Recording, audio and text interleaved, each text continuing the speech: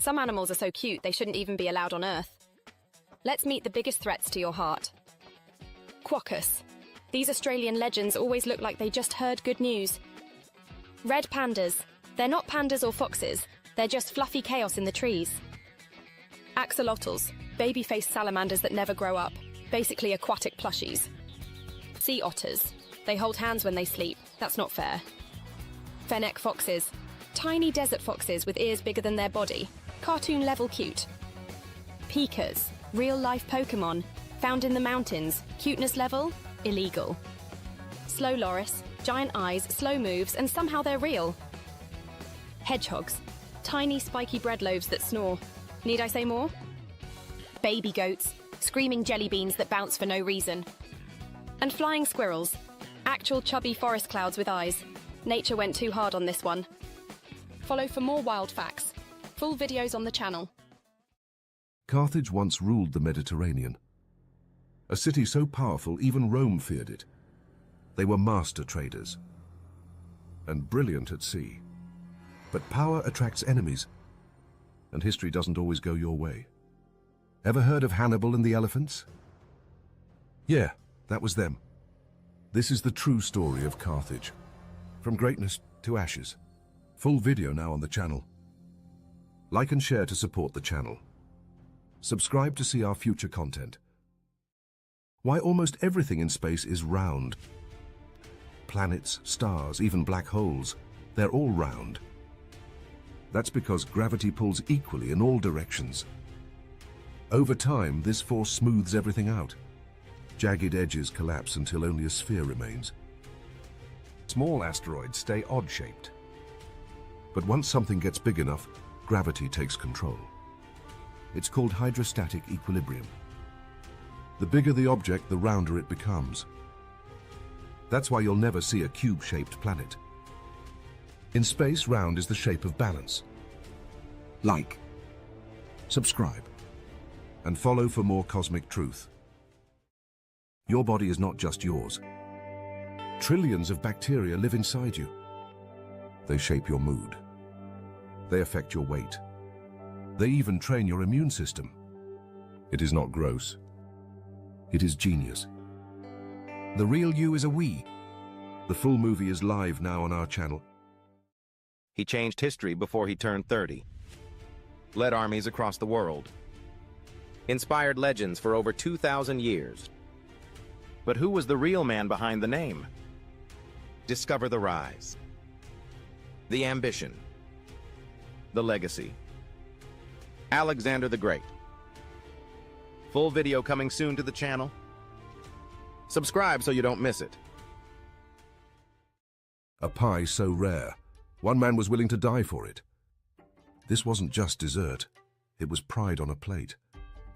A secret recipe, a noble feud, a duel at dawn.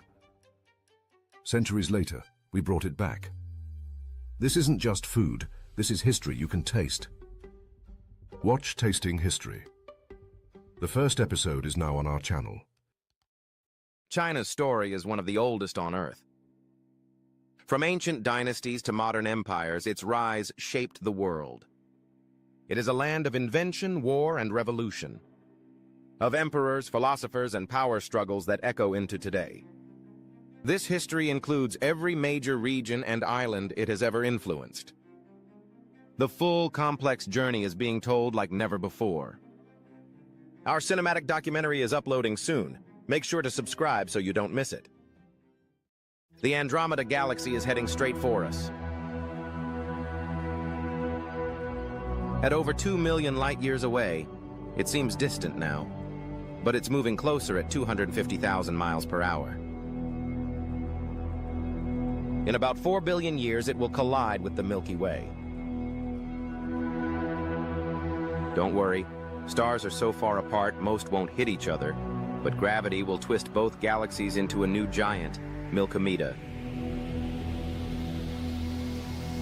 The night sky will be spectacular, if Earth still exists. 2 galaxies, 1 cosmic dance, and we're part of it. Like if you learned something, subscribe to see future content, share to support the channel. The sun, our life giver, will one day become our destroyer. In about 5 billion years, it'll run out of fuel. And when it does, it won't go quietly. First, it swells into a red giant, big enough to engulf Mercury, Venus, and yes, even Earth. Mountains will melt. Oceans will vaporize. The Earth will be consumed. Not with a bang, but a cosmic burp. And in the end, only a ghost of our star remains. Hit follow if you love the brutal beauty of space. The American Civil War wasn't just brother against brother. It was the birth of modern warfare and the death of over 600,000 people. It was the brutal fight that reshaped a nation forever. But behind the smoke and cannon fire are stories most have never heard. Stories of bravery, betrayal, and bloodshed. This isn't the Civil War from your textbooks. This is the war as it really was. The full documentary is uploading soon on the channel. You've scrolled past 100 videos today. Most of them trash for your brain. But this one's different. This channel is for the curious, the night owls, the ones who ask, why do humans glow in the dark? What happened to the pirate queen who beat the Chinese Navy? And wait, sharks are older than trees? Here we don't just post content. We drop knowledge in shorts, in documentaries, in the weirdest, wildest ways possible. Hit subscribe if you want a channel that actually makes you smarter and maybe a little more dangerous at trivia night. You ever wonder why humans look so different, but are still 99.9% the same? Skin tones, facial features, languages that sound like music or war drums, but it all came from one species, one origin. We didn't start divided. We evolved that way. Because of sun, snow, isolation, and survival. Why do some languages click? Why do others flow like water? Why are your ancestors where they are? It's not random. It's ancient. It's science. It's war. It's migration. It's beautiful. Come see the real story of what made you, you. Watch the full documentary now on our channel. Ever had a conversation with yourself in the shower? Congratulations. You're using the most complicated storytelling machine in the known universe. That little voice in your head? It's not you. It's just your consciousness trying to make sense of the chaos. Scientists still don't fully understand what consciousness is. But they agree on one thing. It's super weird. Your brain creates a reality for you, then believes it, then argues with itself about it, all while trying to remember where you left your keys. Oh, and that voice inside your head? It's silent when you read in another language, unless you're faking the accent. Consciousness lets you question reality, invent memes, overthink texts, and wonder if that cashier secretly judged your snacks. You're not just self-aware. You're self-aware that you're self-aware, which is weird, but also kind of beautiful. And yes, your consciousness wrote this short about itself, while watching itself read it. The Human Brain, a real-time sitcom with no laugh track and a lot of anxiety. Like and follow for more hilarious facts about your weird little mind. Humans are the only animals that blush, which means we're also the only ones with built-in lie detectors. On our face. You can't hide guilt when your cheeks light up like a microwave burrito, heating from the inside. No other animal does this. Not dogs. Not chimps. Not even those judgmental cats who clearly feel nothing.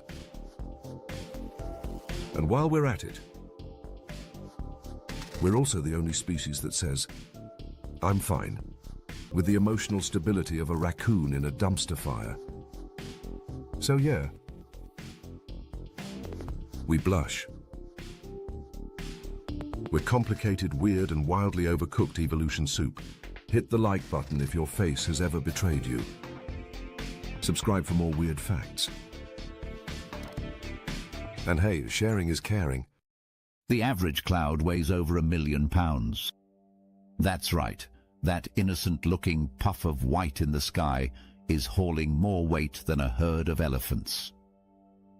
And yet, it just casually floats around like it doesn't have a care in the world. Meanwhile, I carry 2 grocery bags and start questioning my life choices. Clouds are made of tiny water droplets, sure, but when you add them all up, it's basically a sky hippo pretending to be a marshmallow. And it floats gracefully, while I trip over flat surfaces. Nature really said, let's make heavy things float and light things fall. If you enjoyed this, hit that like button. If you want to see future content, smash that subscribe button. Sharing is caring. The greatest sieges in history weren't just battles. They were survival. Jerusalem burned. Constantinople crumbled. Stalingrad froze in blood. Cannons shattered walls. Starvation broke cities. But the defenders? They held. History was written under fire. The full video drops soon. Don't miss it. Awesome videos uploaded daily. Like and share to support the channel. Subscribe so you don't miss future content. Sea otters have a nightly ritual. Before they go to sleep, they find another otter and hold hands. Isn't that awesome? So they don't float away from each other in their sleep. They literally make little otter chains, like a fuzzy aquatic cuddle cult. Meanwhile, you can't even get a text back. These little sea potatoes are emotionally healthier than most humans. They're soft. They're loyal. And they nap like it's an Olympic sport. Honestly, we don't deserve them. Hit that like button if you enjoyed this. Subscribe to see more. Sharing is caring. Dogs can literally smell your emotions. They detect changes in your sweat like little furry chemists on patrol. So when you're feeling anxious, heartbroken, or spiraling at 2 a.m. because of a text that shattered your soul, your dog already knows. While you ugly cry on the kitchen floor with mascara running and 1 sock on, your dog is beside you like a loyal emotional support potato. They're not judging. They're not confused. They're just chilling next to you, sniffing your sadness and thinking about snacks. And despite the chaos you radiate, they still love you more than any ex ever did. That's not just love. That's a ride-or-die fur missile with sniff-based emotional intelligence. You should probably give them a steak, or at least a belly rub. Follow for more weirdly true facts your dog probably already knows. Saturn is the 2nd biggest planet in our solar system. It has rings made of ice, moons with oceans, and it's so light it could float in a giant bathtub. No, seriously, if you had a pool big enough. Saturn would just bob on the surface like a beach ball at a barbecue. It's made mostly of hydrogen and helium, basically space balloon material. Meanwhile, Earth would sink like a rock. So congratulations, you now know the most majestic planet in our solar system is also a floater. Planetary bubble bath, anyone? Now picture aliens doing cannonballs into it, because I can't unsee it now. Hit that like button if you enjoyed this. Subscribe to see future videos. Sharing is caring. It's a pity party, and you are invited. Can we team up and bend the algorithm a little? And the like and share you do right now helps way more than you think. It spreads real stories to real people. Let's make something wild happen, together. I want to test if the power of the people can help a new content creator like me out. They weren't just scared of vampires. They dug up graves to fight them. In the 1700s, entire villages believed the dead were coming back to drink their blood, and they had rituals to stop it. If a body looked too fresh after burial, they assumed it was feeding at night, so they'd cut off the head, burn the heart, even stake the corpse right in the chest. This isn't horror fiction. This was everyday life for some people. The insane truth about vampires is way darker than the myths. Full documentary now on the channel. Ever heard of glow in the dark? Yeah? Well, humans basically do that. No joke. Our bodies emit a tiny amount of visible light, like actual photons. You're low-key a nightlight. It's called bioluminescence, but humans are just the worst at it. We glow about 1,000 times weaker than your eyes can see. Scientists used ultra-sensitive cameras. And boom, glowing humans. Brightest at the face. Like your forehead's throwing a tiny rave. Why do we glow? Because of chemical reactions in our cells. Oxygen meets enzymes, photons happen. Nature's way of saying you lit. So yeah. Humans, technically glowing, tragically boring to look at. Next time someone says you're glowing, just say, "Thanks, I've got oxidative stress." Like, share and subscribe for more weird facts that light up your brain. You thought The Last of Us was fiction? Meet cordyceps, the actual fungus that turns ants into zombies. Not cute cartoon zombies. We're talking full mind control horror movie levels of creepy. This fungus infects an ant. Then hijacks its brain like, "Hey buddy, let's go climb a leaf and die dramatically." And the ant actually does it. It climbs, it bites the leaf, it freezes there. Then the fungus explodes out of its head. Yes, out of its freaking head. Like some nightmare plant alien with bad intentions. And just when you think it's over, it rains spores on the ant's friends like, "Tag, you're infected. Tag, you're infected." Science calls this host manipulation. I call it nature's most disturbing known project. The worst part? It's real. And it's still out there. But hey, at least it's not in humans. Yet. If that blew your mind, hit like. Want to see more weird, real stuff? Tap subscribe. And if you really want to help, share this with someone who's scared of mushrooms. Sharks are older than trees. Not just by a little, by about 90 million years. These ocean monsters showed up around 450 million years ago, back when Earth was still trying to figure out if it wanted legs, lungs, or lava. Mother Earth ended up choosing all three. Sharks have survived 5 mass extinctions, including the one that KO'd the dinosaurs. They don't have bones, just cartilage armor. Basically skeletons made of nose material. But somehow still scarier than a T-Rex with a chainsaw. And their teeth. Sharks can lose and regrow over 30,000 teeth in a lifetime. These guys were roaming Earth's oceans before birds, flowers, and even insects were a thing. So yeah, next time you see a shark, show some respect. You're looking at a prehistoric boss who outlived the dinosaurs and is literally older than your mum's houseplants. If you learned something, hit that like button. Subscribe for more wild facts. And share to support the channel. They say heaven has streets of gold, but that's just the beginning. According to ancient texts, there's a city made of crystal, and gates carved from pearl, and a throne surrounded by fire, light, and creatures with wings full of eyes. Some say there are gardens beneath which rivers flow, palaces that shimmer like stars, a light that never fades, and music that doesn't just play, it lives. In the book of Revelation, heaven isn't just peaceful, it's overwhelming, glorious, terrifying, holy.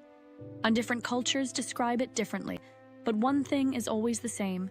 It's beautiful beyond words. Would you want to see it? The full video drops soon. Like, share, and subscribe for more cinematic stories that explore the unknown. Rambo was fiction. This guy? He was real. For 30 years, Hiru Onoda stayed hidden in the jungle, still fighting World War II, because no one told him it was over. He took orders seriously. He refused to surrender. He waited for his commanding officer. And when that officer returned, he finally laid down his rifle. This isn't a movie. It really happened. The full documentary drops soon. Like if this blew your mind, share with a friend who loves true stories. Subscribe for more real history and interesting facts of our amazing world and lives. On the morning of August 6th, 1945, Tsutomu Yamaguchi was in Hiroshima on a business trip. As he stepped off a tram, the sky turned white. An instant later, the blast tore through the city. Windows exploded, steel melted. He was less than 2 miles from ground zero. Burned, bleeding, and half-blind, he somehow made it to a shelter. The next day, he found a train heading home. Yamaguchi boarded it and returned to Nagasaki. 3 days later, the second bomb fell. This time, he was at work in an office building. Once again, the sky lit up with a blinding flash. And once again, he survived. Doctors told him he should be dead twice over. Instead, he lived into his 90s and spent the rest of his life speaking out against nuclear weapons. The man survived both atomic bombs. If that blew your mind, hit like, share it with someone who needs to know this, and subscribe for more true stories the world forgot. At just 17 years old, Juliane Köpke boarded a flight with her mother on Christmas Eve, 1971. Somewhere over the Peruvian rainforest, the plane was struck by lightning and disintegrated mid-air. Juliane was thrown from the aircraft, still strapped to her seat. She plummeted over 10,000 feet, nearly 2 miles, into the dense jungle below. But she survived. Injured, barefoot and alone, she wandered the rainforest for 11 days. She followed streams, avoided predators, and treated her wounds with knowledge she had learned from her zoologist parents. Despite broken bones, insect bites, and no supplies, she kept moving. Eventually, she found a logging camp and was rescued. Juliane was the only survivor out of 92 passengers. She fell from the sky and walked out of the jungle alive. Like the video if you found this to be amazing. For more unbelievable true stories, hit subscribe and check out our full documentary series. They didn't ride for glory. They rode for survival. In the dust and blood of the American frontier, heroes were forged and legends were buried. She wasn't just a saloon girl. She took down 3 outlaws before sunrise. And him, he never missed until the day it mattered most. This isn't a movie. This is what really happened. Gunfights, betrayals, forbidden love. The Wild West was wilder than Hollywood ever dared to show. Tap the channel, watch the full movie, and meet the legends they tried to erase. They called her a widow, but she became something far more dangerous. She didn't inherit her husband's fleet. She took command of it. Thousands of ships. Over 70,000 men. A pirate queen like the world had never seen. She faced emperors and entire navies, and never lost.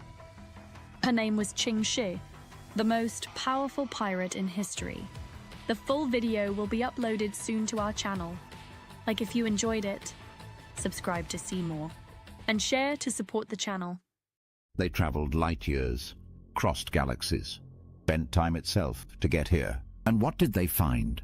A planet where people still argue if Earth is flat, where billionaires launch cars into space, and people eat laundry detergent for clout. They watched us duct tape knives to Roombas, start wars over imaginary internet points, and then use AI to draw buff cats. The aliens? They turned around, didn't even slow down, didn't even roll down the window. And honestly, I don't blame them. like if you smiled. Sub if you want more. And share this to show aliens we do have potential. Everybody out here yelling, "Occupy Mars!" Like, bruh, we can't even occupy Earth without burning it down. You want to live on a red rock that kills you if you breathe wrong? We'd need suits, domes, underground cities, and 24/7 oxygen machines. You sneeze too hard on Mars, that's a funeral, not a cold. And don't get me started on terraforming. If we can terraform Mars to make it like Earth, why not just terraform Earth back into Earth? We've got oceans, sunlight, animals, pizza delivery. Mars has dust, death, and depression.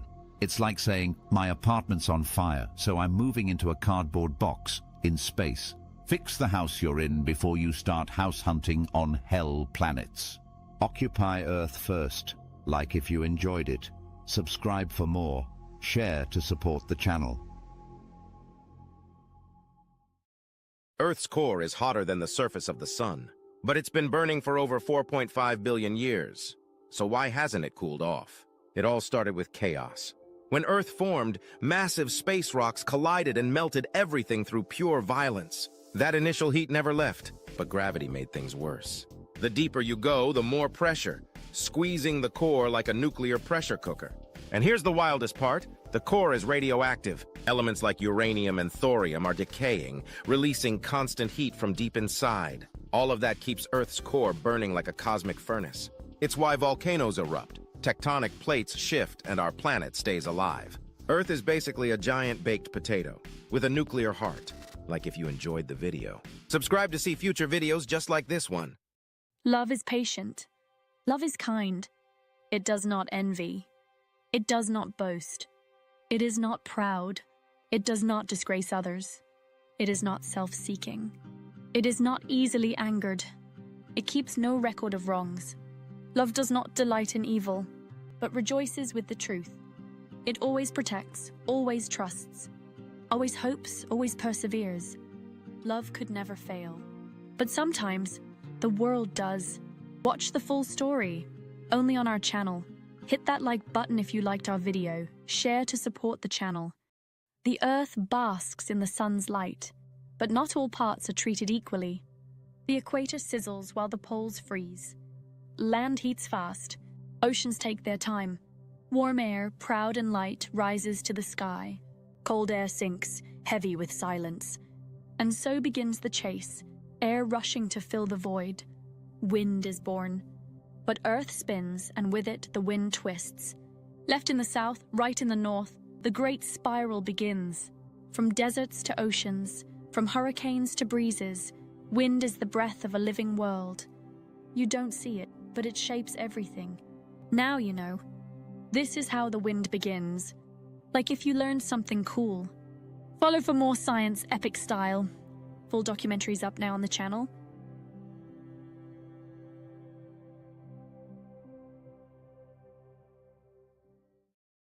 The Ice Age was like nature's way of saying, hope you like snow. Forever. Cavemen didn't have central heating, winter coats, or even socks. They had mammoth fur, fire, and the power of stubborn complaining. Their shelter was a cave, shared with bears, bats, and Greg. Greg snored and wouldn't help gather any firewood. Dinner was frozen mammoth. They ate it raw, half-cooked, or just licked it until it thawed. And Greg, he licked it like a caveman, but dreamed of salt and pepper like a 5-star chef. Entertainment. Drawing stick animals on walls and arguing over whose buffalo looked better. To stay warm, they huddled together. Not for love, for body heat. And because the smell scared off wolves, but somehow they made it. No phones. No Netflix. Just grit, mammoth grease, and bad hair. If that's not impressive, you try surviving a blizzard in a fur diaper. If this made you laugh, hit like, subscribe for more funny history, and share it before the next Ice Age hits. They called them savages. Beasts from the ice-choked north. But what sailed from Scandinavia wasn't chaos. It was precision. A storm of warriors. Poets. Kings. lovers. Each raid told a story. Each conquest fed a legacy. They didn't just take. They stayed. And changed the world. From Lindisfarne to Paris. From York to the gates of Byzantium. They carved their saga into history. This isn't just a story. It's our story. If you love epic history like the video, and if you're ready for more, subscribe. The full Viking movie is live now on the channel. This is Dave. Dave made a mistake 27 years ago. He met a crow. He called it a stupid pigeon in front of its whole flock. He thought the crow would forget. But crows don't forget. They recognize faces. They hold grudges for over 30 years. And they tell their friends and their kids. Now every time Dave leaves his house, the air raid begins. Generational beef, feathered revenge. This isn't harassment, it's a legacy. Don't be like Dave. Thought this was great? Smash that like button. Hit the subscribe button for future videos. Share to support our channel. He woke before the sun. Not by choice, by duty. Trained to entertain an empire. Every move judged by thousands. Armor on. Mind sharp. There were no second chances. He wasn't born for the arena. But it became his world. Behind the roars, a story of honor, heartbreak, and rising beyond fate. Not just a fighter. A symbol. A legend. A day in the life of a Roman gladiator is now live on the channel. Like if you love epic history. Subscribe if you're ready for more. They called him Wojtek, a bear who wasn't just a mascot. He was a soldier. Adopted by Polish troops in World War II, he grew up in the barracks, drank beer from bottles, and would mimic the men, pretending to smoke cigarettes like one of the guys. But Wojtek wasn't just there for laughs. At the Battle of Monte Cassino, he carried live artillery shells to the front lines. Under fire, calm, fearless, just like the men beside him. So they made it official. Private Wojtek enlisted in the Polish Second Corps. When the war ended, he retired peacefully in a Scottish zoo. But the soldiers never forgot him. They visited often, bringing beer, sharing stories. Because to them, he wasn't just a bear. He was a brother, a comrade, a legend. Like, subscribe and follow Knowing Things is Power for more stories that make history come alive. She wasn't just a pirate. She commanded fleets. She burned betrayal into legend. And she didn't need permission to rule the sea. Inspired by real women who defied empires. Anne Bonny. Chingshire. Grace O'Malley. Jeanne de Clisson. They feared her. They followed her. They never forgot her. Watch the full film now. Queen of the Sea. Full video up on our channel now. Subscribe for more stories forged in truth and fire. Like the video to support the channel. Did you know a real bear once had a job with a paycheck and a costume? Meet Wojtek, the coolest bear to ever live. He wasn't just a cartoon character. This guy was the real deal, Holyfield. He joined a group of humans who loved him so much, they gave him an important job during an important time in history. He worked hard every day, ate a lot peanut butter and jelly sandwiches, and loved all the attention. You would have loved having this fur baby around the job. One of his jobs when not just being one of the guys. Carrying crates and packages. Being awesome, of course, just came naturally. And occasionally stealing the spotlight for belly rubs. Benefits of being the best bear to ever live. Full-time naps, back scratches, zero Zoom calls, unlimited salmon, and peanut butter and jelly. When the job was done, and the task was completed, he retired in peace with a big belly, with fans, and some of the best friends a bear could ask for. Like a fuzzy legend that should always be remembered. Wojtek wasn't just a bear, he was that bear. Drop a bear emoji if you'd hire him. Show him some love. Follow for more wild true stories that'll make your day better. This really happened. NASA launches Gemini 3 into space. 2 astronauts on a serious mission to explore. No time for joking around or playing games. Everything is going according to plan, until John Young pulls a corned beef sandwich out of his suit pocket. Yes, my friends. A corned beef sandwich. In space of all places. Not authorized, not allowed. Not tested for bacteria or germs.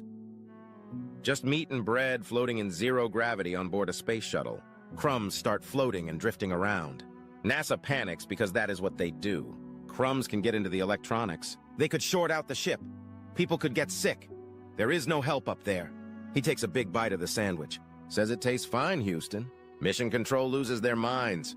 No punishment today, just an interesting story to tell the world. Just a warning to not try it again. And the first sandwich in space? It was banned from space forever. Want more weird but true stuff like this? Hit follow for more fun from the cosmos and beyond. They look like sci-fi, but these planets are 100% real. Let's start with one that rains molten glass, sideways. HD 189733b is deep blue like Earth. But don't be fooled. It's a hellstorm of 5,000 miles per hour winds and searing heat. Glass shards fly sideways through the atmosphere. Welcome to the most violent weather system ever found. Now meet 55 Cancri, a planet made of diamond. Its surface burns at nearly 4,000 degrees Fahrenheit. But beneath that, pure crystalline carbon. It could be worth quadrillions if you could survive touching it.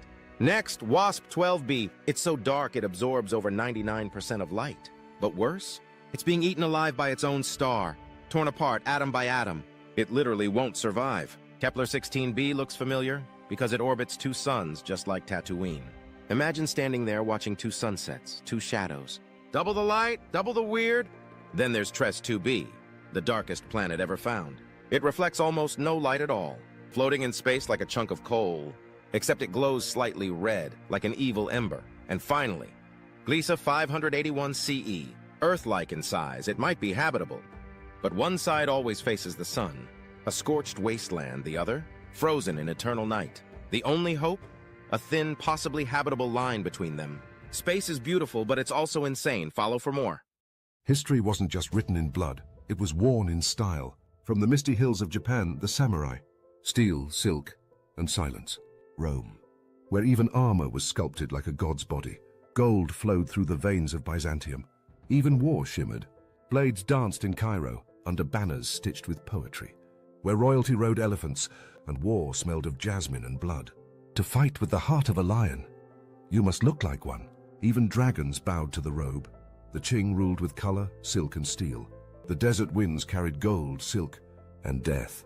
Fire, fur, iron, and the sea's cold fury. The gods demanded beauty and blood. They fought in glory. They walked in grace. And time remembers those who dared to look like legends. Love history with style. Subscribe for more epic moments.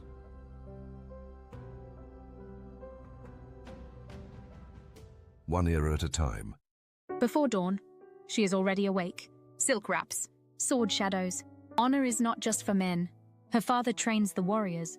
She trains herself. Tea is not just a ritual. It is discipline in motion. A whisper from the courtyard. A stranger arrives. Her heart knows the man, her duty does not. Eyes speak, but no one listens. By nightfall, the cherry blossoms fall like ash. She walks alone, but never weak. Tomorrow, she will rise again. Full story uploading soon on the channel. A day in the life of a samurai's daughter. Subscribe so you don't miss it.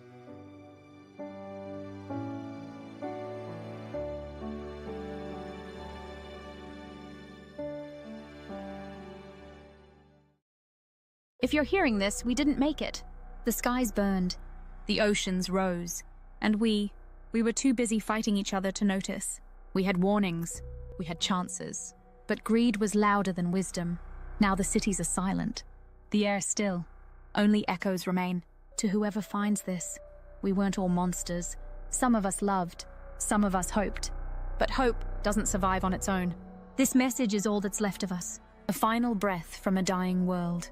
Please be better than we were. Protect what we couldn't. Because if you're still out there, then maybe, just maybe, it's not too late. Like if you enjoyed the short. Subscribe to see future content.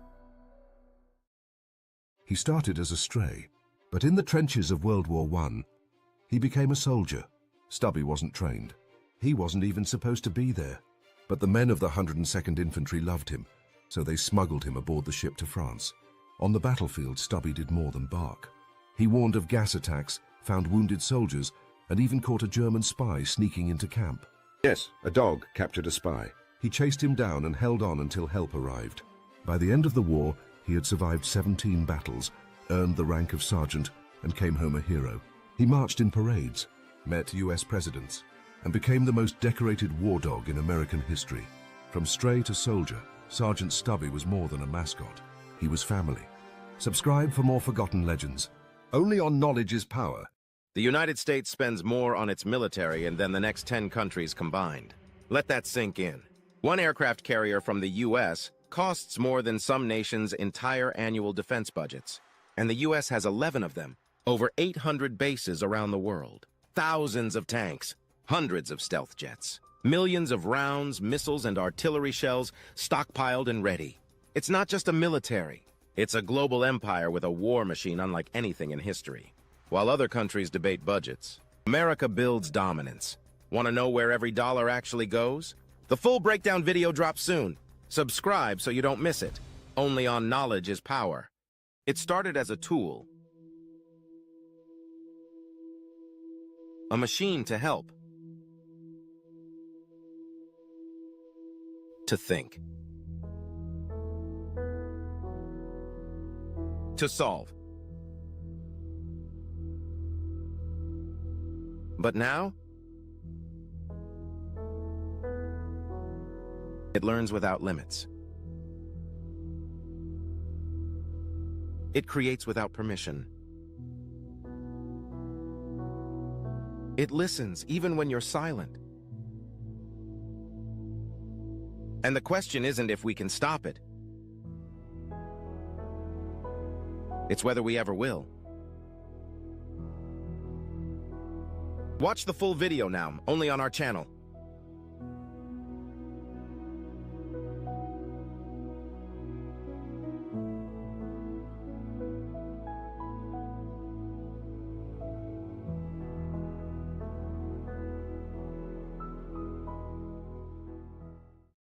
They called it discovery, but it was destruction. They came with peace. Then they came with guns. They signed treaties, then broke every one. They took the land, then took the children. But the spirit, it never died. The truth they tried to bury now rises. Watch the full story. Only on our channel, upload coming soon. Subscribe for more history.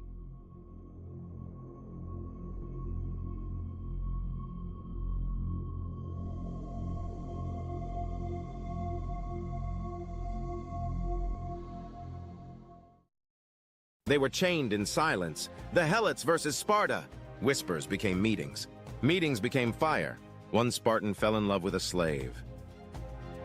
Another betrayed him to keep her freedom. And deep beneath the streets of Sparta, a rebellion was born. This isn't the Sparta you learned about. The mighty Spartans almost fell to their slaves. Watch the full story, only on our channel.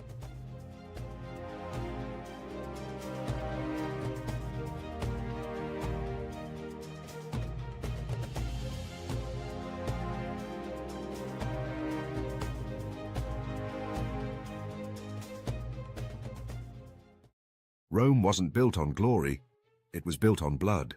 Slaves served emperors, lovers betrayed kings. Knives decided who ruled next.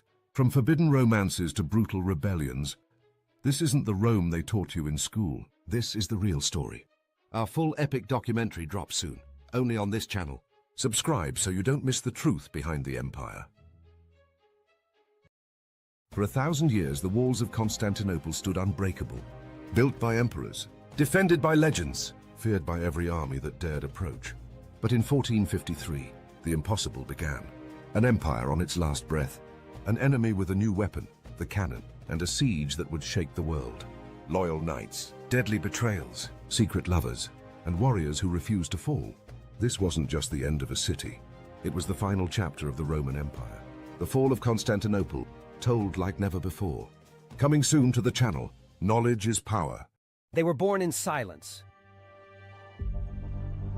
Raised in fortresses hidden within the mountains. Trained not just to kill, but to vanish. To blend into the world like ghosts.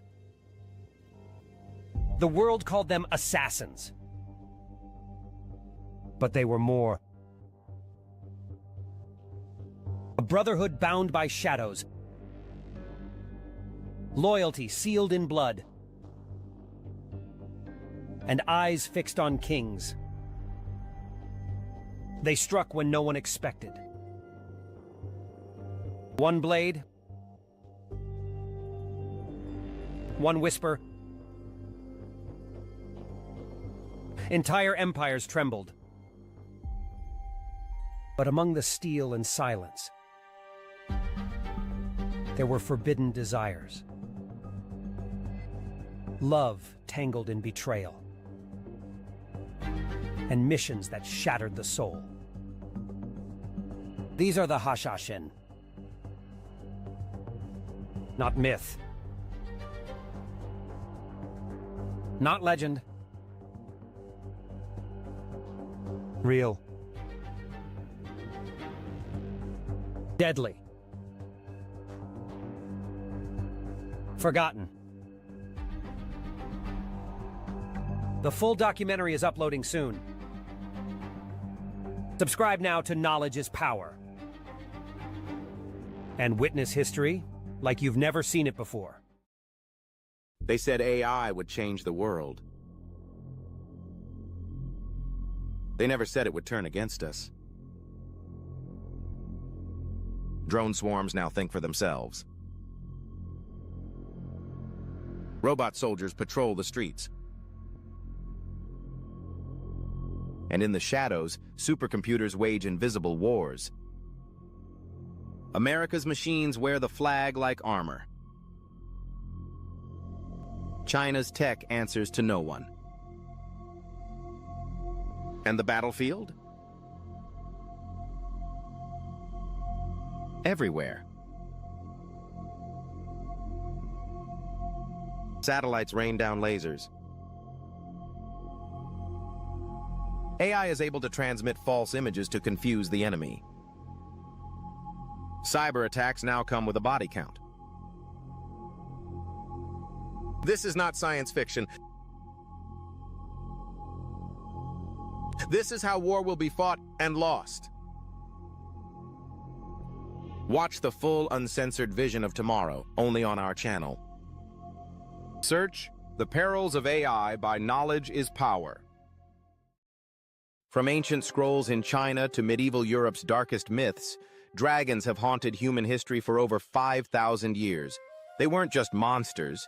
They were gods, guardians, omens, and weapons of war. Vikings feared them. Kings painted them on banners. Some believed they protected heaven. Others swore they burned cities to ash. But why do nearly every civilization imagine the same beast? Winged, fire-breathing, terrifying. Coincidence or forgotten truth? The full story of dragons, across continents, cultures, and time, is waiting for you. Watch the full history now on our channel. Knowledge is Power. They said it was for God.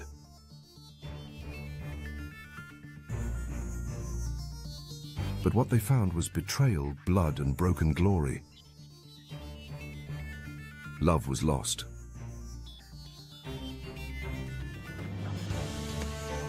Friends were buried.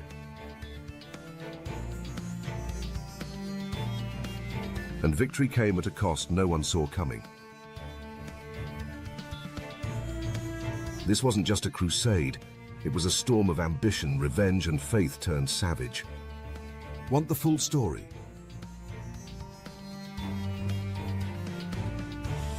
Watch the full movie now on our channel.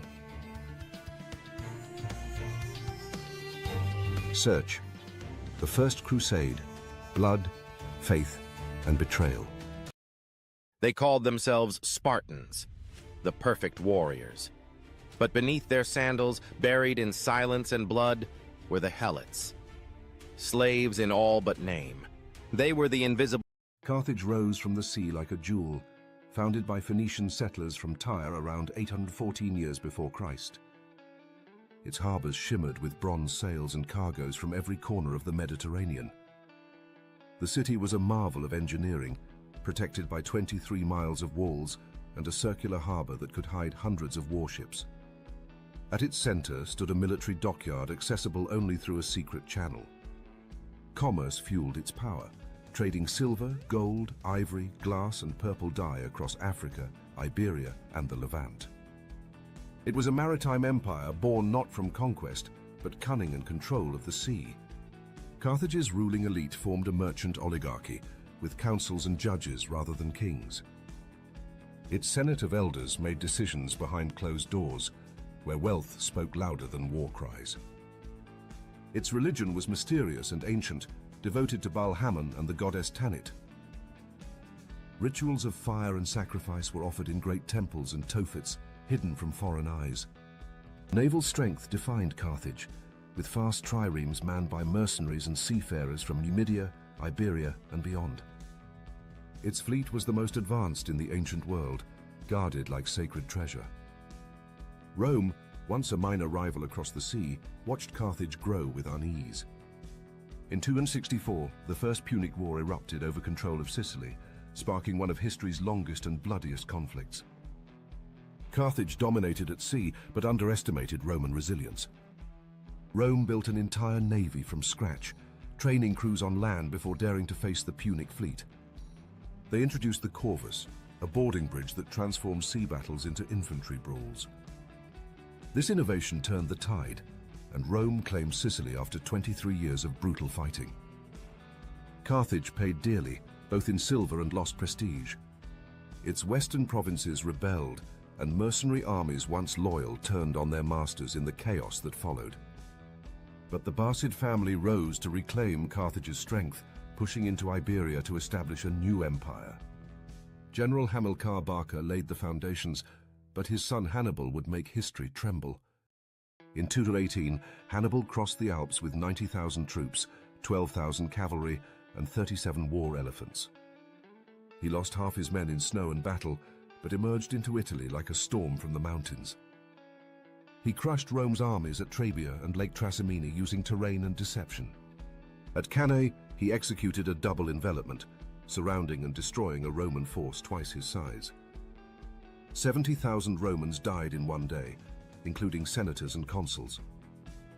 Rome was paralyzed with fear, yet Hannibal did not march on the city itself. Carthage withheld reinforcements, hoping Hannibal's presence alone would win the war. Instead, Rome adopted Fabian tactics, avoiding battle and wearing Hannibal down through attrition. Rome struck back by invading Iberia, defeating Hannibal's brothers and seizing the silver-rich territories. The young Scipio Africanus emerged as a brilliant strategist, admired even by his enemies. In 204, Scipio invaded Africa, forcing Carthage to recall Hannibal after 16 years abroad. The two legends met at the Battle of Zama in 202, where Roman discipline and tactics broke the Punic line.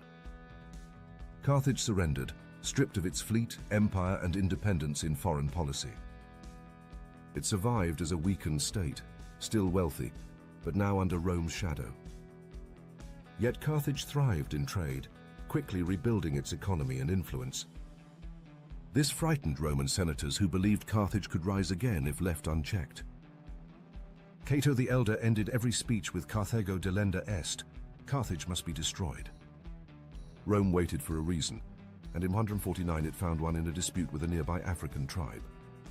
The Third Punic War began with impossible demands. Rome ordered Carthage to disarm completely and abandon its city to rebuild inland. The Carthaginians chose death over exile. They armed every citizen, melted gold for weapons, and built catapults from burned wood. The siege lasted 3 years, during which starvation, disease, and slaughter claimed tens of thousands. Carthage fought block by block, floor by floor, in what became an apocalyptic end. Roman legions finally broke through the walls in 146. They burned the city for 17 days and enslaved the survivors. The temples were looted, the libraries lost, and the culture buried beneath ash. Rome claimed to have salted the earth, ensuring no city would rise there again. Over 7 centuries of power were erased in a single act of annihilation. Carthage, once the rival of empires, became dust beneath Roman boots. But the memory endured. Hannibal's tactics became military doctrine, studied by generals from Napoleon to Eisenhower. Roman historians who celebrated Carthage's fall also preserved its greatness. They could not erase what had burned so brightly. The ruins of Carthage remain in modern Tunisia, overlooking the sea where its fleet once ruled. Columns rise from the dust, silent but unbroken. Carthage fell not from weakness, but from strength that threatened a rising empire. It was destroyed not for what it had done, but for what it could do again. Legends are not buried with stones. They live in fear, in fire, in names whispered across time. Carthage was not a city. It was a force of will. Dig deep enough and you will still hear it breathe. Hit that like button if you enjoyed the video. Subscribe to see future videos. Share if you would like to support the channel. Your body is home to trillions of bacteria. In fact, they outnumber your human cells. This invisible army is called the microbiome. It lives in your gut, on your skin, and even in your lungs. Without them, you wouldn't survive. They help digest food, protect against disease, and even produce vitamins. From the moment you're born, bacteria start moving in. Some come from your mother, others from the world around you. As you grow, your microbiome becomes uniquely yours. Like a bacterial fingerprint shaped by where you live and what you eat. In your gut alone, there are more bacterial cells than stars in the galaxy, each one playing a role in your daily health. These microbes talk to your brain. Through the gut-brain axis, they can influence mood, memory, and even decisions. Some scientists call your gut the second brain, because these bacteria produce neurotransmitters like serotonin and dopamine. That means your happiness may start in your intestines. Feeling anxious? It might be your microbes sending signals. Antibiotics, while life-saving, can wipe out good bacteria. A single dose can set your microbiome back for weeks. Processed foods and sugar can harm your gut flora. Fiber, fermented foods, and diversity in diet feed the good bacteria. Stress can also weaken your microbial defenses. Sleep, meditation, and healthy routines keep them thriving. There's even research suggesting your microbiome affects weight. Some people gain more from the same meal just because of their bacteria. In fact, lean and obese individuals have very different microbiomes. And fecal transplants have shown promising results in changing metabolism. Your skin has its own microbial community. These bacteria protect against infections and balance your skin's health. Every handshake, kiss, or shared space exchanges bacteria. We are constantly blending ecosystems with those around us. Your pets influence your microbiome too. People with dogs tend to have more diverse gut bacteria. Even the air you breathe carries microbes. Cities, forests, oceans, each environment shares its own bacterial signature. Modern hygiene has its costs.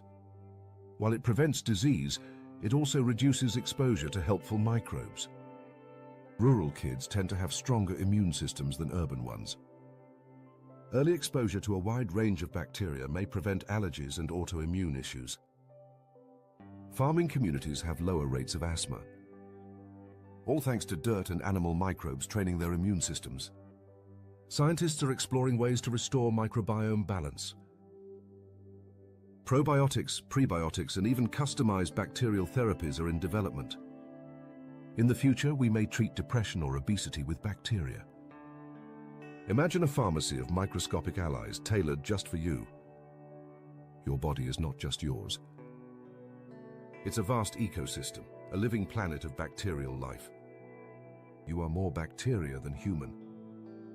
But maybe that's not a bad thing at all. Like, subscribe, and share if you're ready to embrace your inner microbes. Alexander was born in the year 356, before the Common Era, in the city of Pella, Macedonia, into a world of blood and ambition. His father, King Philip II, was a ruthless strategist who dreamed of conquering Greece. His mother, Olympias, was fierce and deeply religious.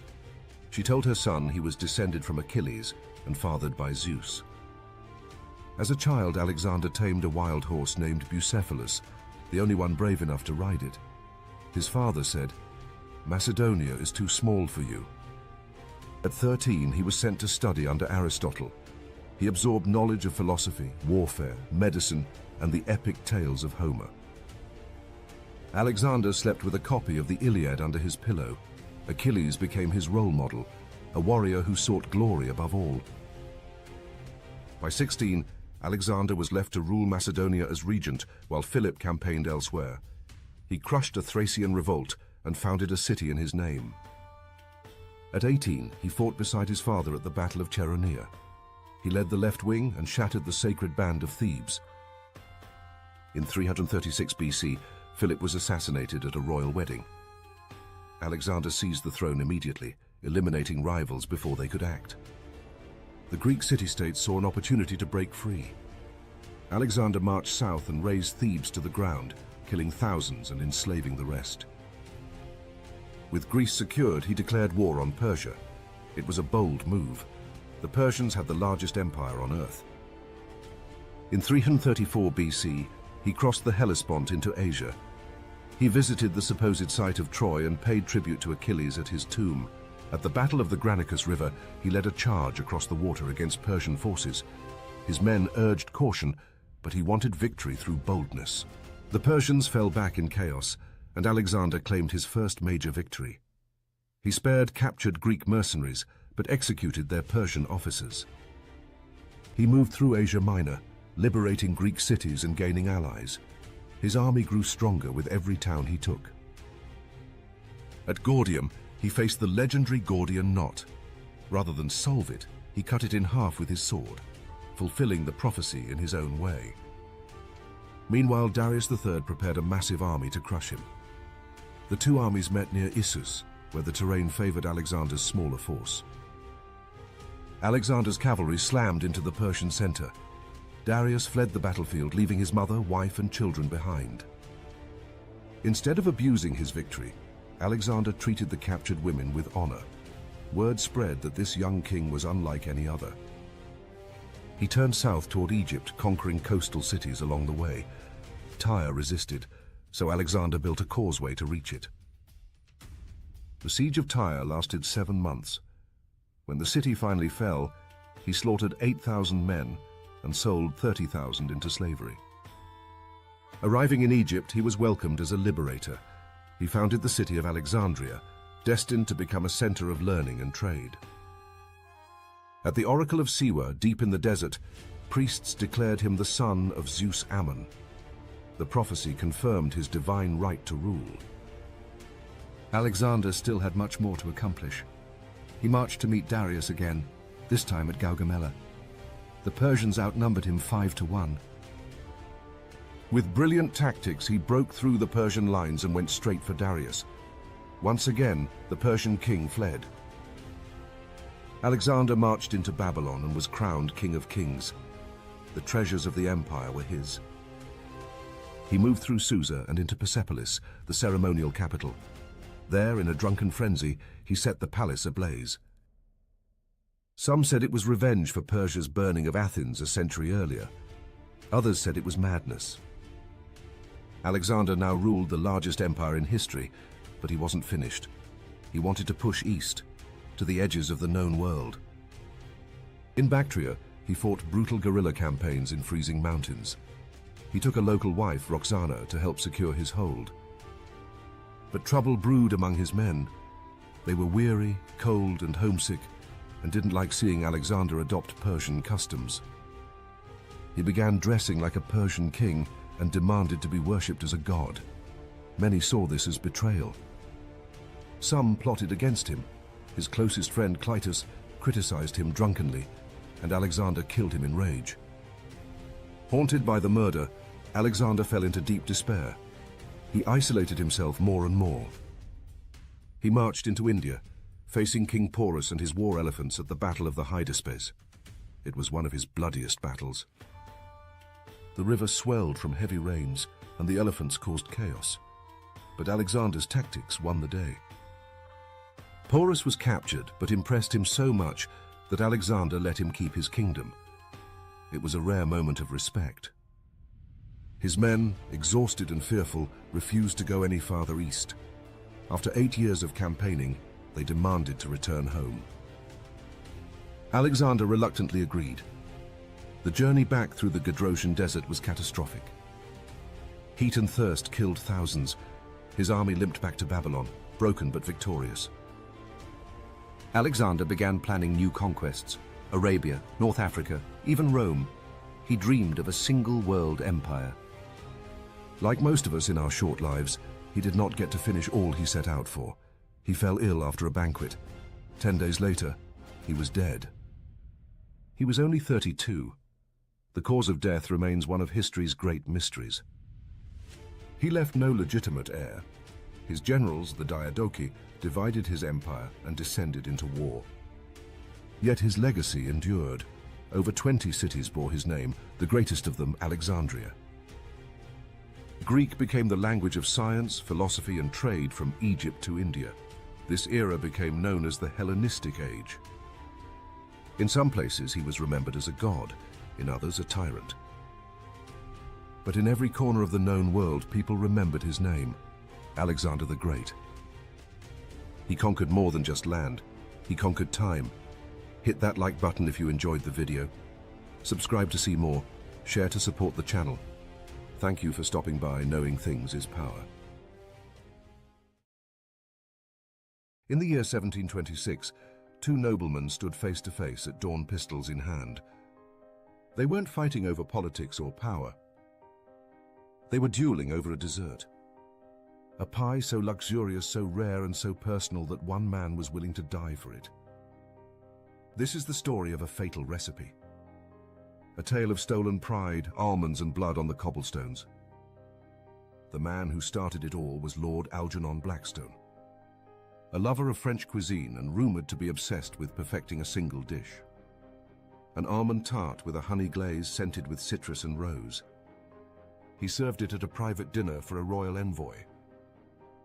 And the pie was the star of the night. But among the guests was Sir Geoffrey Hale, a rival noble known for his own culinary ambitions. Days later, the exact same pie appeared at a banquet thrown by Sir Geoffrey. Same crust, same fragrance, same garnished almonds, arranged in a perfect spiral. Lord Algernon was enraged. He accused Geoffrey publicly of stealing the recipe. Tempers flared, insults flew, and the only proper course of action for gentlemen of the time was a duel. At sunrise, they met in Hyde Park. Witnesses say Algernon fired first and missed. Geoffrey's shot struck true. Algernon fell. Geoffrey lived, and the pie lived on with him. Now, centuries later, we can bring it back. Let's make the almond pie that sparked a noble feud. Start with 1 pie crust, either puff pastry or buttery short crust. In a bowl, combine 1 cup of almond flour, half a cup of sugar, and half a cup of softened butter. Blend until creamy. Add 2 eggs, the zest of 1 lemon, and a teaspoon of rose water. If you want a deeper flavor, add a pinch of clove or cinnamon. Mix it all until smooth and fragrant. Pour the filling into your pie crust and spread it evenly. Bake at 350 degrees Fahrenheit or 175 Celsius for about 30 to 35 minutes until golden on top. Let it cool, and if you're feeling fancy dust, with a little powdered sugar. Take a bite and you'll taste why this dish was worth fighting for. It's soft but rich, floral and nutty with a light citrus lift. You get the sense that this was more than dessert. It was status, it was skill. It was pride on a plate. The pie didn't just end a life, it created a legacy. And now you've brought that taste of history back to life. If you enjoyed this story and want to taste more of the past, hit that like button, subscribe for more, and share this with someone who'd duel over dessert. This is Tasting History, where every bite tells a story. China's story begins over 5,000 years ago along the Yellow River. The Xia, Shang, and Zhou dynasties laid the roots of civilization with bronze tools, ancestor worship, and written characters. They believed rulers held a divine right called the Mandate of Heaven. It could be revoked through corruption or failure. The Zhou dynasty saw the birth of Confucianism and Taoism. These philosophies still influence Chinese society today. The Qin dynasty rose through violence and unity. Emperor Qin Shi Huang conquered rival states, burned books, and buried scholars alive.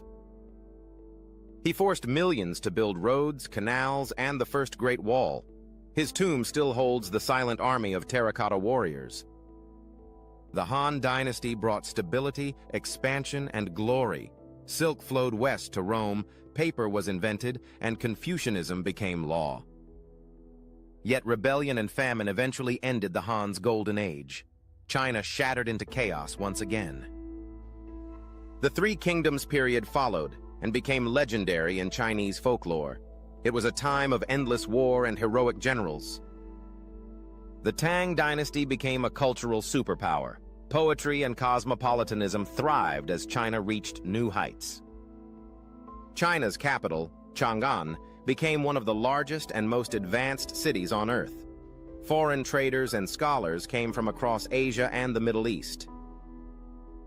The Song dynasty followed with inventions like gunpowder and printing presses.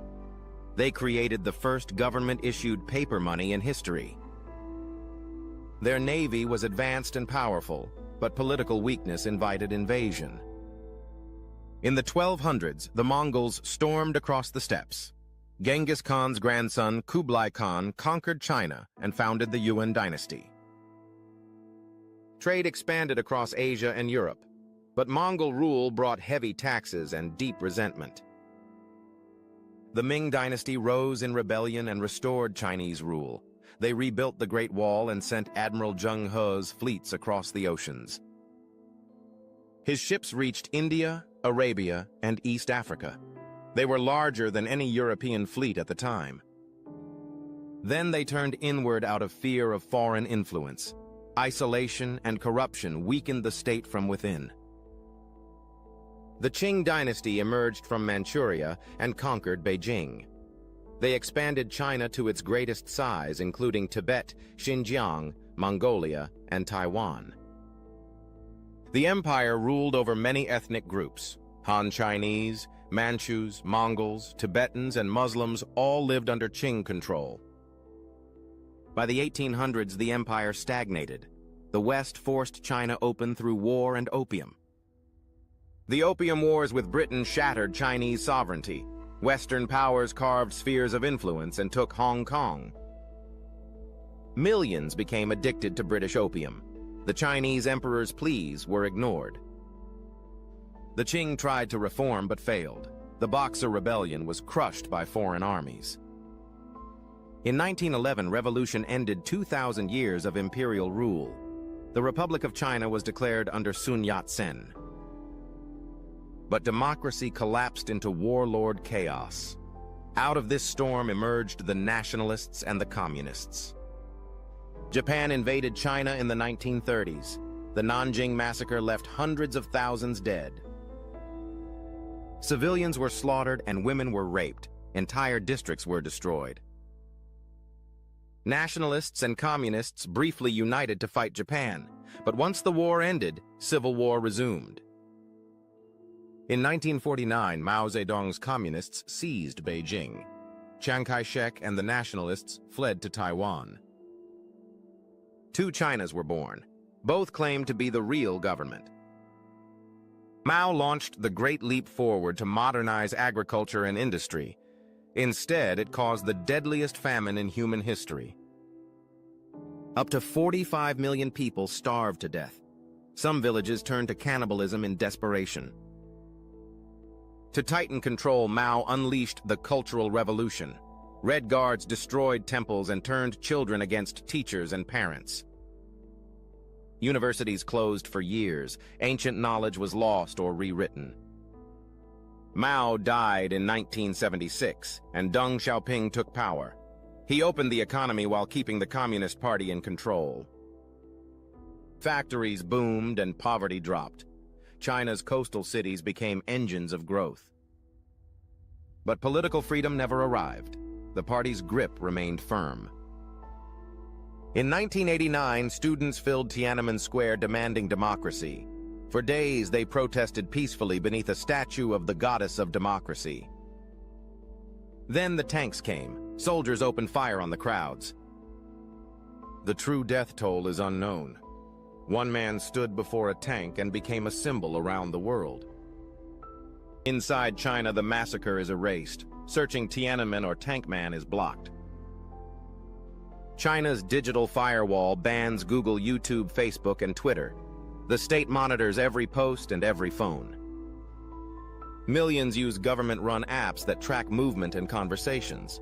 Social credit scores affect travel and employment. Meanwhile, Taiwan flourished into a thriving democracy.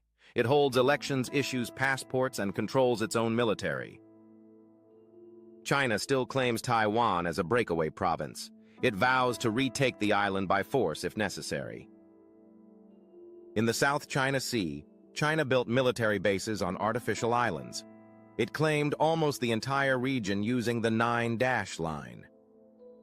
International courts ruled the claim invalid. China refused to back down. Its ships confront Vietnamese and Filipino vessels regularly. Tensions with the United States continue to rise. In Xinjiang, over 1 million Uyghur Muslims have been detained. Reports describe forced labor, brainwashing, and sterilization.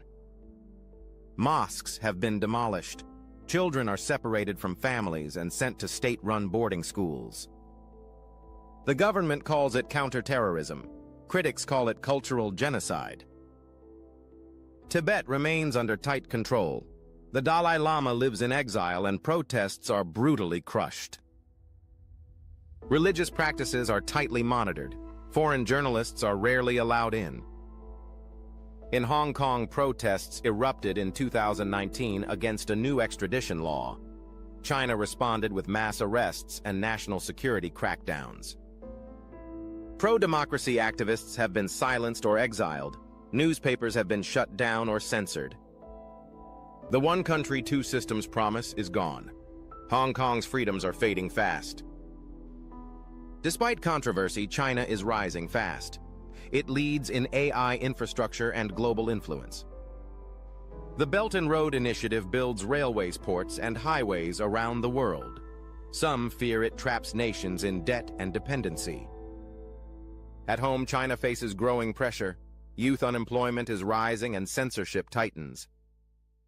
Nationalism is high, but so is unrest. The future remains uncertain.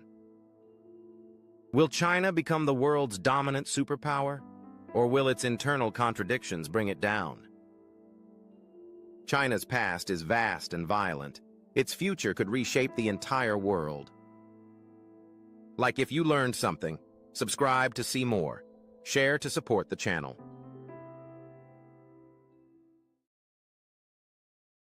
The American Civil War. A brutal conflict that shaped the soul of a nation. This is the story of how the United States of America tore itself apart, and what it took to stitch itself back together. It is a war still misunderstood, still debated, and still alive in the conscience of a country it nearly destroyed. This war was not inevitable, but it was years in the making. It was not simply North against South. It was economy against economy, future against past, and freedom against bondage. Slavery had become the spine of the Southern economy. It was embedded in every law, every institution. Millions of black men, women, and children were considered property. They had no rights, no voice, no protection. Meanwhile, the North was changing rapidly. Factories were rising. Immigrants were pouring in. Cities were growing. There were still racists in the North. But the North did not depend on slavery to survive. And more people were calling for its end. Laws tried to calm the storm. The Missouri Compromise admitted Missouri as a slave state and Maine as free. The Compromise of 1850 included the Fugitive Slave Act, angering many in the North. The Kansas-Nebraska Act opened new lands to slavery by popular vote. Bleeding Kansas erupted in violence. It became clear compromise was failing. In 1857, the Dred Scott decision declared that no black person could ever be a citizen. That decision struck like thunder. It confirmed to millions that the system was deeply corrupted. Then came John Brown, an abolitionist who believed slavery would only end through bloodshed. In 1859, he led a raid on a federal armory at Harper's Ferry.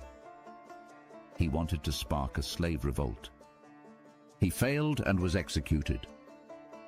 But in death, he became a symbol, a martyr to abolitionists, a terrorist to the South. The election of 1860 was the final fracture. Abraham Lincoln won the presidency without carrying a single Southern state. The South panicked. They believed Lincoln would abolish slavery outright. South Carolina was the first to leave the Union.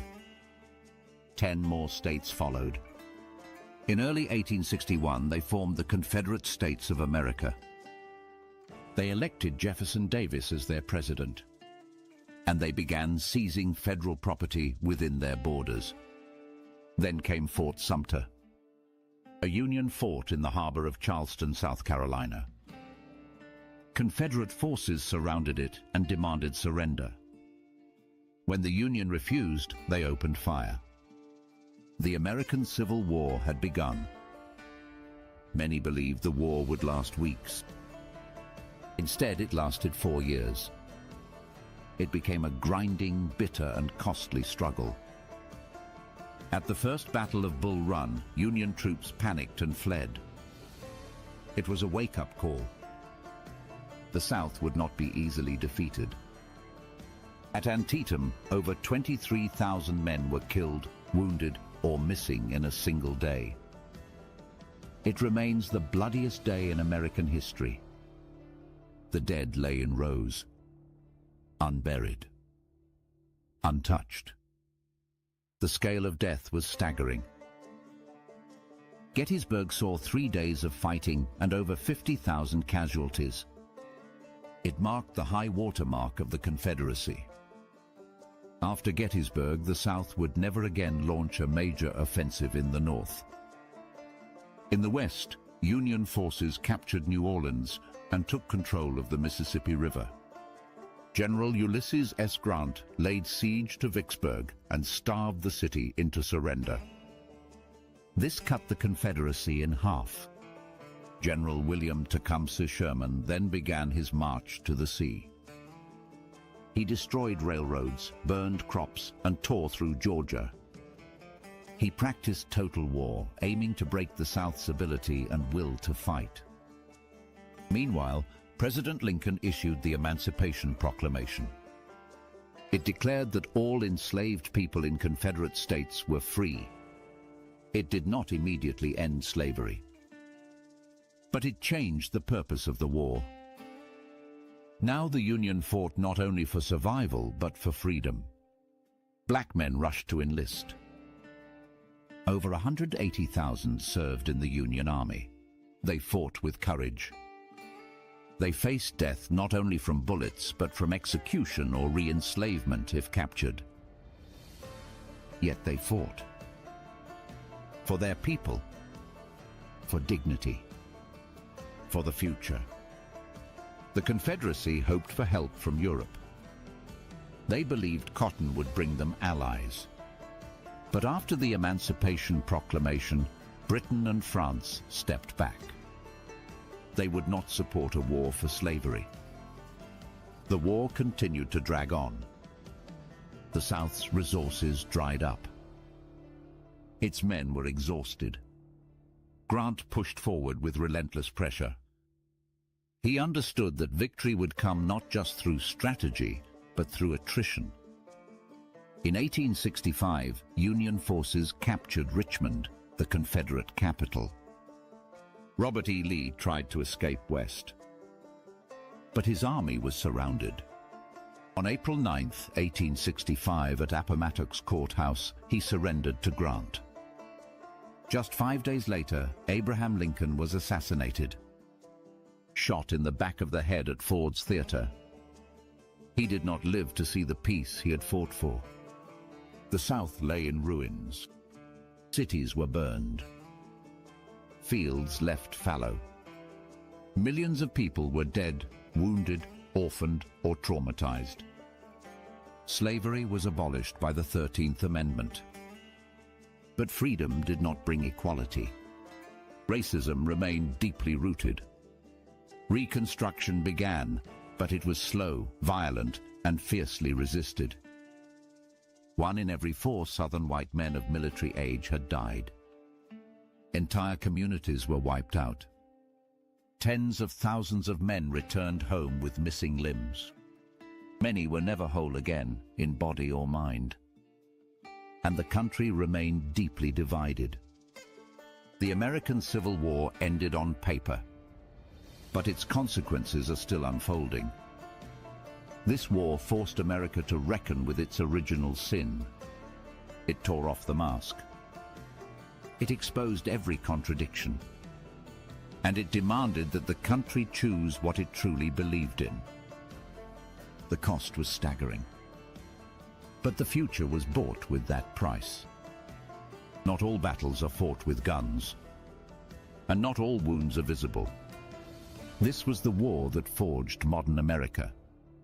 And the memory of it must never fade. Please like, share, and subscribe if you believe in telling the truth behind history. This is the American Civil War. And this is the story that must be remembered. In the beginning, there were no borders, no passports, no races, no languages, just people. Homo sapiens. One species. One ancient family. Born not in a country, but in the cradle of East Africa. 200,000 years ago. They walked upright. They hunted. They loved. They feared the dark. They looked to the stars, even if they did not have words for them. But the earth is vast, and humans wander. They migrated north. They chased game. They chased seasons. They crossed deserts. They climbed mountains. They built boats and found new islands. Every place changed them. Not in spirit, but in body. In the bright sun of the equator, dark skin protected them. A shield against ultraviolet rays. In the cold grey skies of the north, paler skin evolved to soak in every drop of sunlight. Noses narrowed to warm the air. Hair coiled to cool the scalp. Bones shifted. Eyes adapted. Generations passed. And nature sculpted us. But race is not ancient. It is not scientific. It is not written in stone. Race is a story, told by empires, by colonizers, by people who wanted to divide, because biologically, humans are almost the same. More similar than wolves. More similar than apes. There is only one human race. We just wear different skin. But something else was changing too. Something powerful and invisible. Language.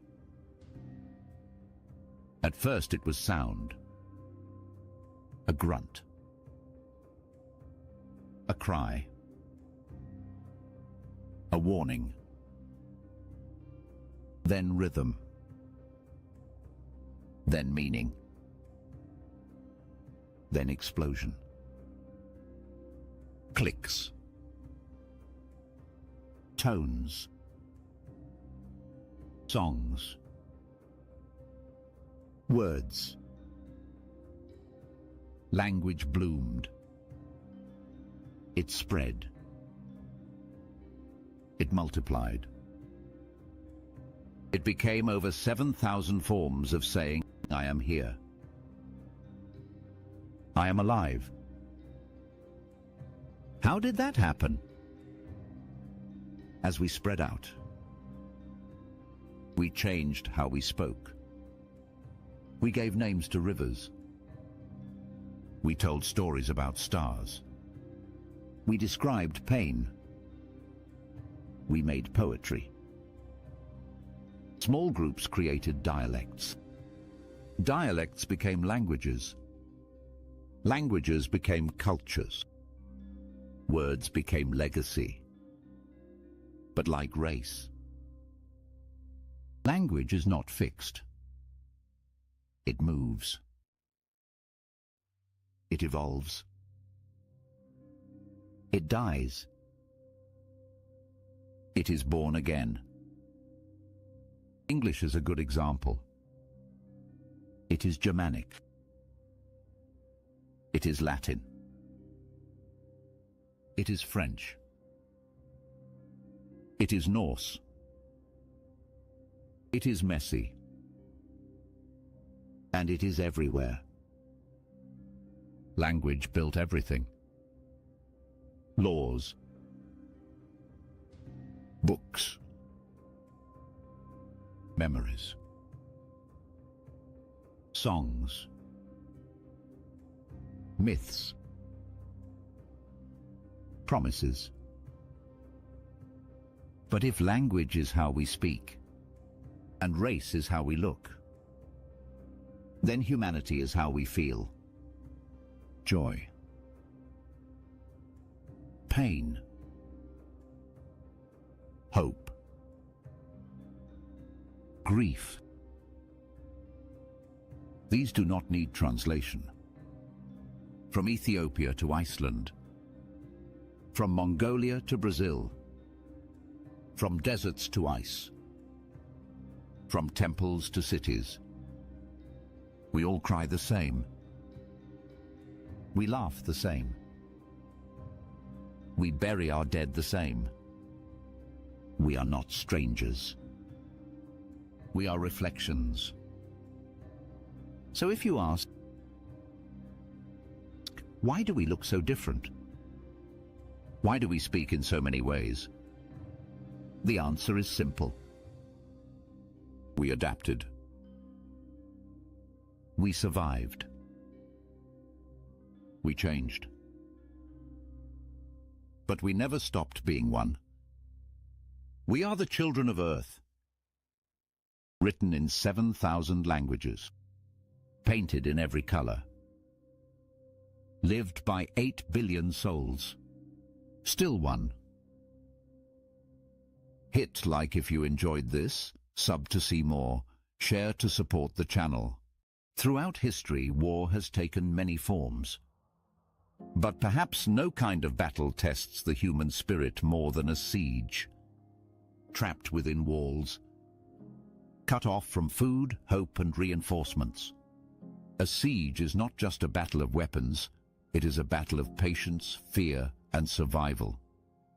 These are the greatest sieges in history. The Siege of Troy, the Greeks versus the Trojans. It began with the abduction of Helen, and it lasted 10 years. The Greeks laid siege to Troy in a campaign filled with duels, deception and death. Legends say it ended with the famous Trojan horse, a gift left at the city gates, hiding Greek soldiers within. When night fell, Troy was betrayed from the inside and burned to the ground. The Siege of Babylon, the Persians versus the Babylonians. Cyrus the Great of Persia faced one of the most fortified cities in the world. Babylon's walls were tall, wide and guarded by the Euphrates River. But Cyrus diverted the river and marched his army through the dry bed at night. The city fell without a fight. It was one of the most brilliant siege tactics in ancient history. The Siege of Syracuse, the Greeks and Carthage combined versus the Roman Republic. During the Second Punic War, the Roman Republic attacked the Greek city of Syracuse. But the defenders had a secret weapon, Archimedes. The great inventor created catapults, mirrors, and defensive machines to hold off the Romans for nearly 2 years. Eventually, the city fell, and Archimedes was killed by a Roman soldier, despite orders to keep him alive. The Siege of Masada, Zealots versus the Roman Empire. In the deserts of Judea, a group of Jewish rebels held out against the Roman Empire atop a desert plateau. The Romans built a massive ramp over months to breach the fortress. But when they arrived, they found silence. Nearly 1,000 defenders had taken their own lives rather than be captured. It remains one of the most haunting sieges in history. The Siege of Constantinople, the Byzantine Empire versus Persians. The capital of the Byzantine Empire was tested more than once. In 717 it held firm against Arab forces. But in 1453 it faced the full force of the Ottoman Empire. Sultan Mehmed II brought cannons, including the massive bombard that shattered the Theodosian walls. After 53 days, Constantinople fell. The city became Istanbul, and the medieval era came to an end. The Siege of Tenochtitlan, the Aztecs versus the Spanish conquistadors. In the heart of modern-day Mexico, Hernán Cortés led Spanish forces against the Aztec capital. With the help of native allies and aided by disease, the Spanish laid siege to the island city. The canals turned red. Famine and smallpox ravaged the defenders. After 93 days, the Aztec Empire collapsed.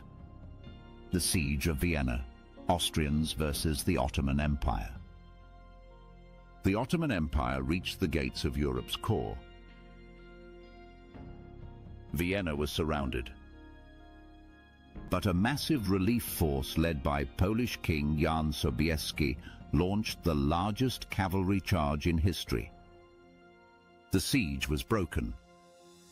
It marked the high water mark of Ottoman expansion into Europe.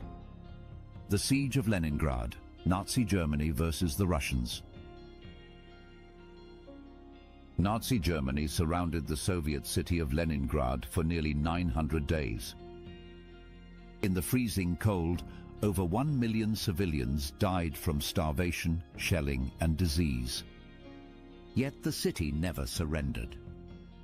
It was one of the longest and most tragic sieges in modern warfare. The Siege of Stalingrad, Nazi Germany versus Russians.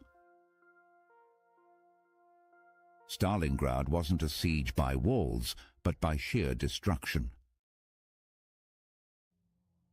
Germany's Sixth Army pushed deep into the Soviet Union, but Soviet forces refused to break. Urban warfare took over, room by room, floor by floor. Eventually, Germany's army was surrounded and forced to surrender. It was the turning point of World War II, the siege of Dien Bien Phu, Vietnamese versus the French. In the jungles of Vietnam, French forces set up a base at Dien Bien Phu. They believed they were safe, but the Viet Minh surrounded them in the hills and brought in heavy artillery. After 57 days, the French surrendered. It marked the end of French colonial rule in Indochina and the rise of the Vietnam War. The Siege of Sarajevo, Bosnia Civil War. In the Bosnian War, the capital city of Sarajevo was trapped for almost 4 years. Snipers targeted civilians. Artillery rained down on homes, schools, and hospitals. More than 10,000 people died, many of them children. It was the longest siege of a capital city in modern warfare. Sieges are not always won by force. Sometimes they are won by will, by the refusal to surrender, by hope that holds out even when the walls begin to crumble. From ancient stone cities to modern skylines, sieges have shaped the course of human history. Hit that like button if you enjoyed this. Subscribe to see future content. Sharing is caring.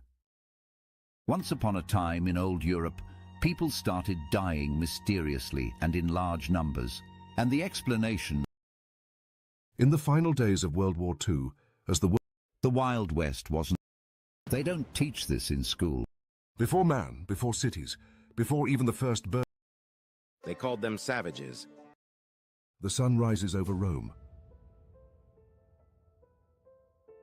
Not gently, not kindly.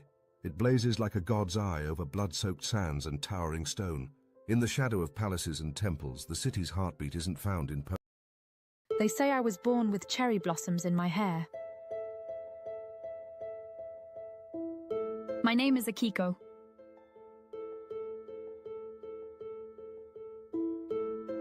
Daughter of Lord Katsuro.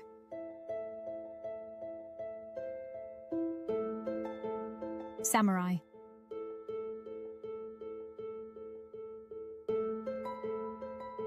Warrior.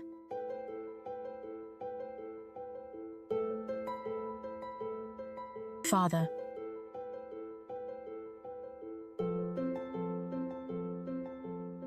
To the world he is a blade.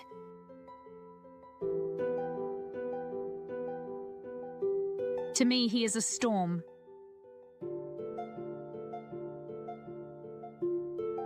Every morning, I wake before the sun kisses the mountains.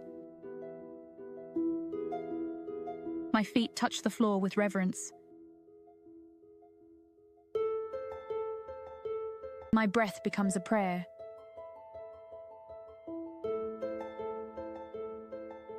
Before the world demands anything of me, I reclaim silence. I do not choose my clothing.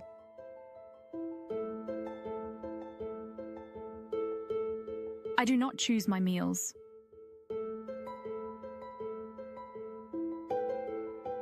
I do not choose my fate.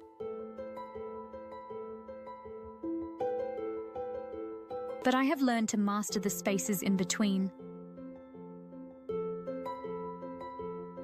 The pauses.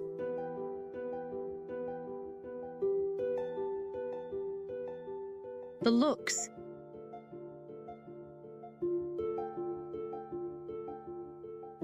The things not said.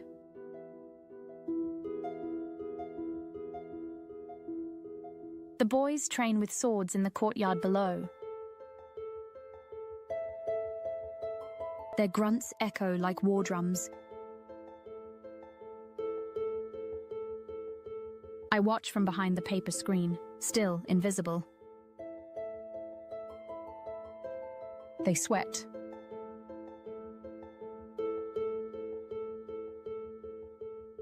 They bleed.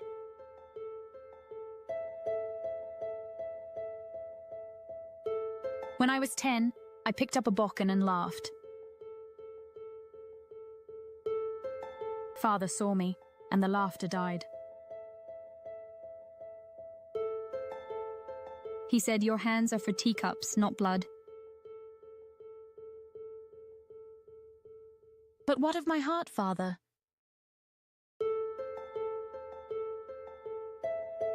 What of my fire?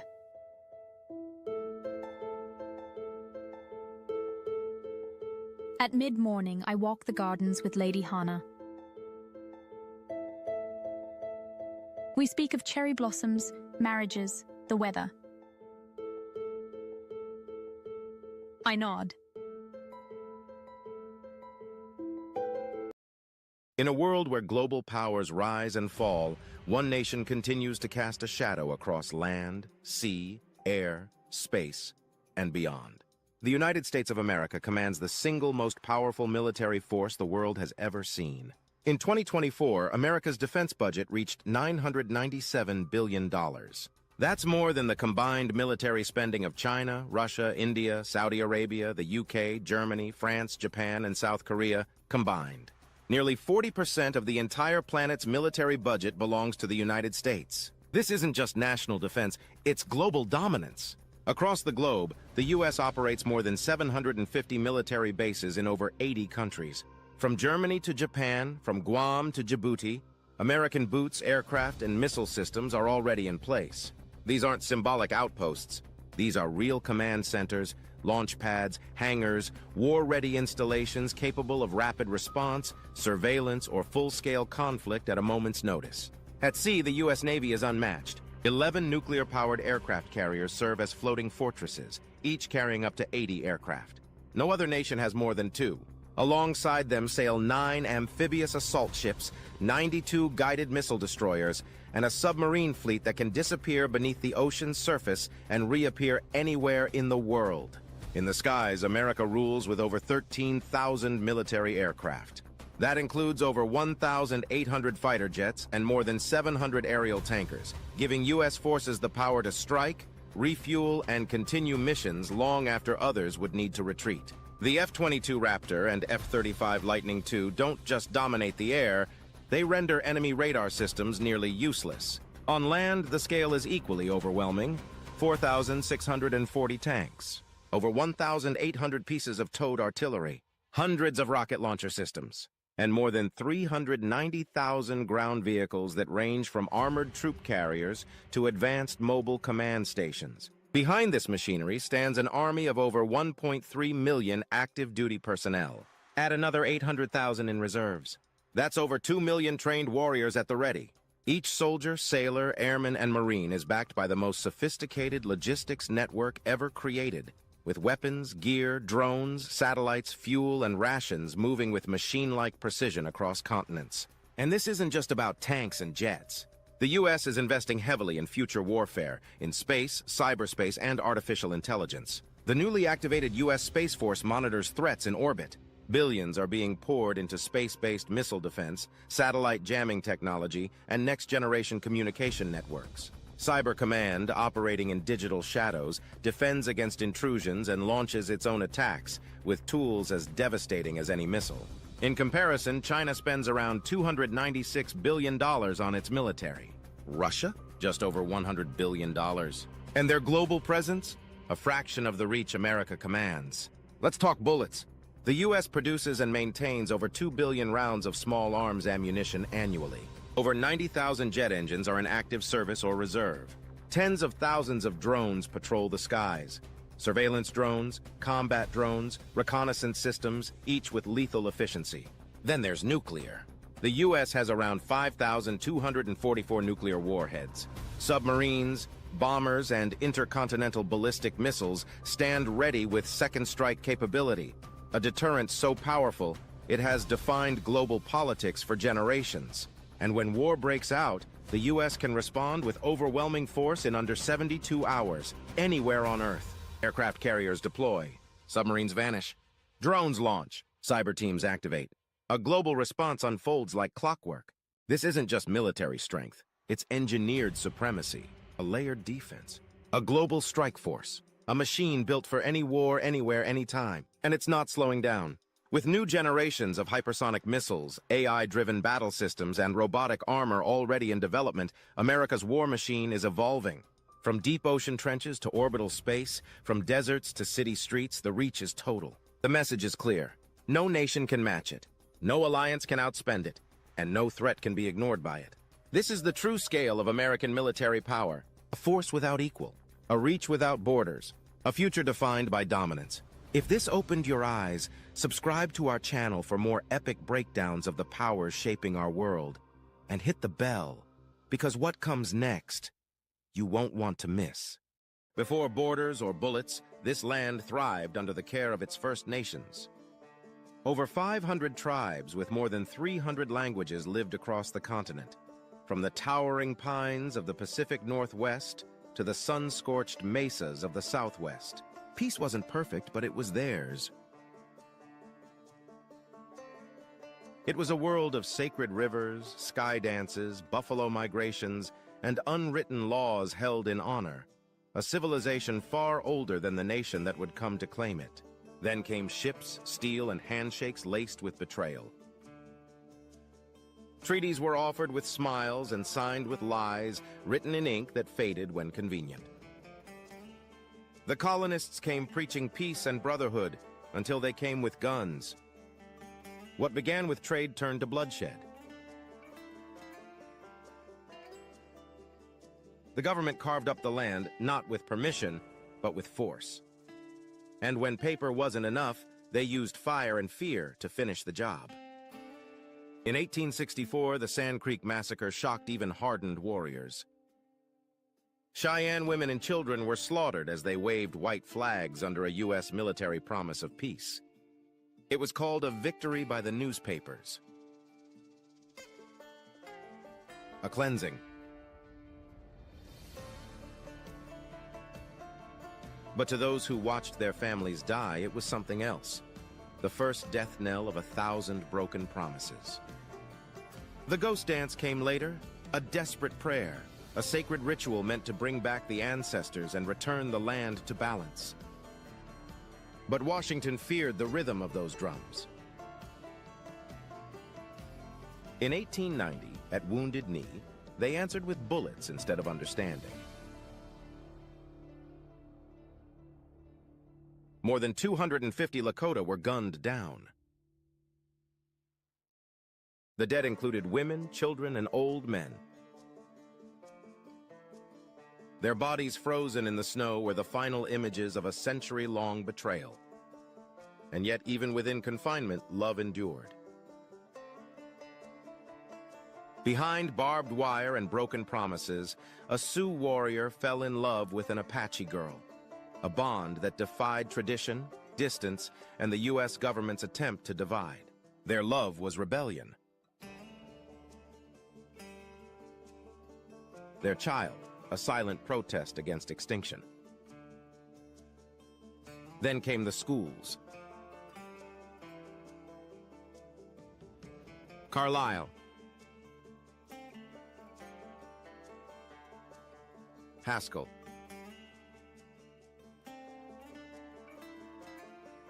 Calaco.